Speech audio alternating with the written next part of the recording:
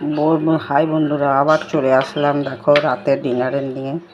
এই যে ডিনারে বানাচ্ছি পনির খিচুড়ি, গাজর, মটর, কিশমিশ, কাজু আর এই যে পনির, সমস্ত সবজি দিয়ে পনির দিয়ে খিচুড়ি বানানো হয়েছে।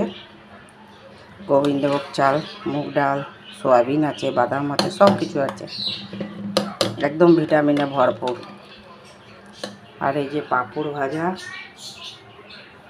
আর এটা হচ্ছে বড়া আলু দিয়ে তরকারি করেছি, একদম নিরামিষই, কোনো পেঁয়াজ রসুন কিচ্ছু নেই, হালকা করে। কেন রাত্রেবেলা আর প্রচণ্ড বৃষ্টি পড়ছে বাইরে, সেই জন্য ভাবলাম একটু আটাও মেখেছি দেখো, নিয়ে খিচুড়ি করলাম ক্যান্সেল।